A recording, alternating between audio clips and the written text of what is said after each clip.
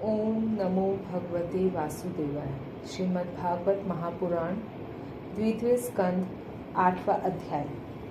राजा परीक्षित के विविध प्रश्न।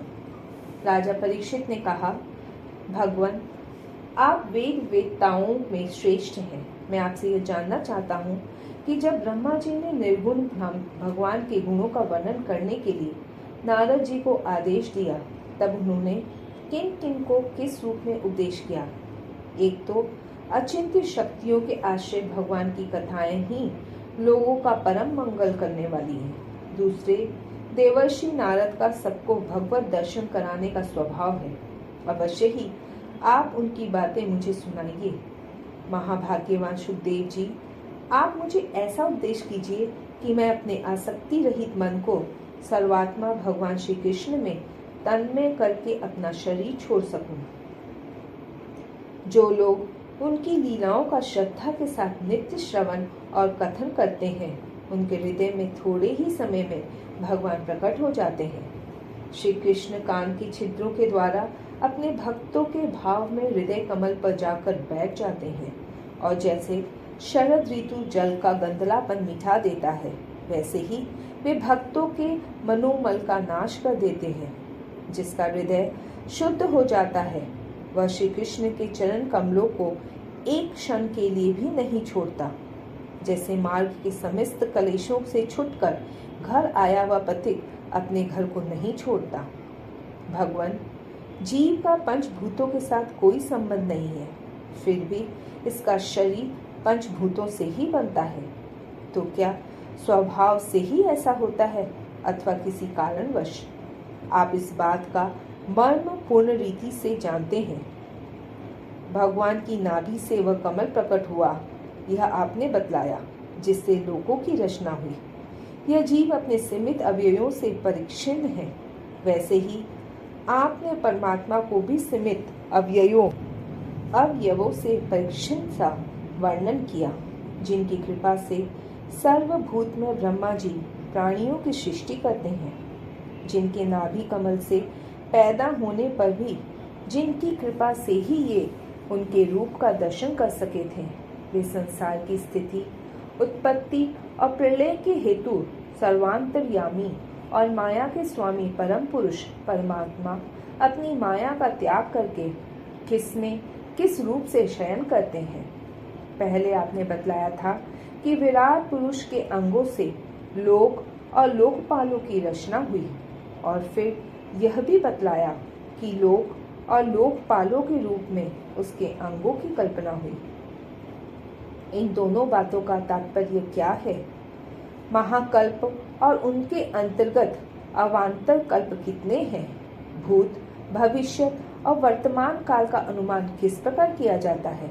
क्या स्थूल देहाभिमानी जीवों की आयु भी बंधी हुई है?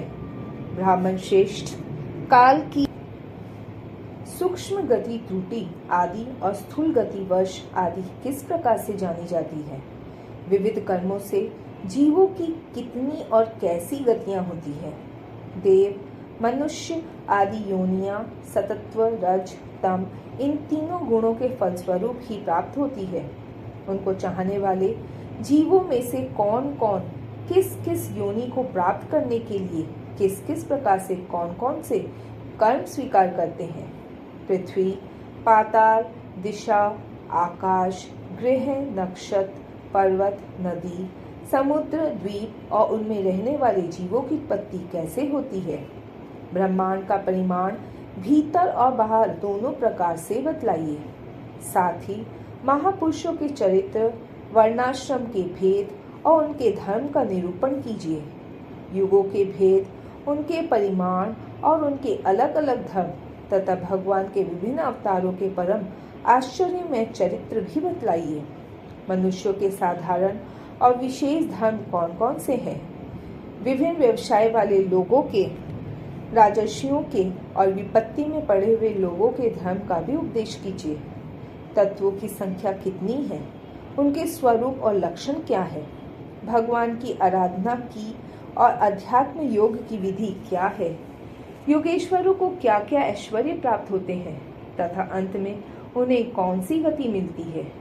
योगियों का लिंग शरीर किस प्रकार भंग होता है, वेद, उपवेद, धर्मशास्त्र, इतिहास और पुराणों का स्वरूप एवं तात्पर्य क्या है, समस्त प्राणियों की उत्पत्ति, स्थिति और प्रलय कैसे होता है, बावली, कुआं खुदवाना आदि यज्ञ आदि वैदिक एवं काम्य कर्मों की तथा अर्थ धर्म काम के साधनों की विधि क्या है, प्रलय के समय जो जीव प्रकृति में लीन रहते हैं उनकी उत्पत्ति कैसे होती है, पाखंड की उत्पत्ति कैसे होती है, आत्मा के बंध मोक्ष का स्वरूप क्या है और वह अपने स्वरूप में किस प्रकार स्थित होता है। भगवान तो परम स्वतंत्र है, वे अपनी माया से किस प्रकार क्रीड़ा करते हैं और उसे छोड़कर साक्षी के समान उदासीन कैसे हो जाते हैं। भगवान, मैं ये सब आपसे पूछ रहा हूँ, मैं आपकी शरण में हूँ। महामुने, आप कृपा करके क्रमशः इनका तात्विक निरूपण कीजिए। इस विषय में आप स्वयंभू ब्रह्मा के समान परम प्रमाण हैं। दूसरे लोग तो अपनी पूर्व परंपरा से सुनी सुनाई बातों का ही अनुष्ठान करते हैं। ब्राह्मण, आप मेरी भूख प्यास की चिंता न करें।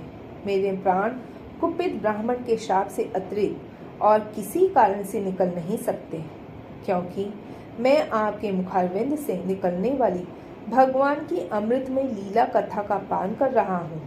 सूत जी कहते हैं, सौनकादि ऋषियों, जब राजा परीक्षित ने संतों की सभा में भगवान की लीला कथा सुनाने के लिए इस प्रकार प्रार्थना की, तब श्री सुखदेव जी को बड़ी प्रसन्नता हुई।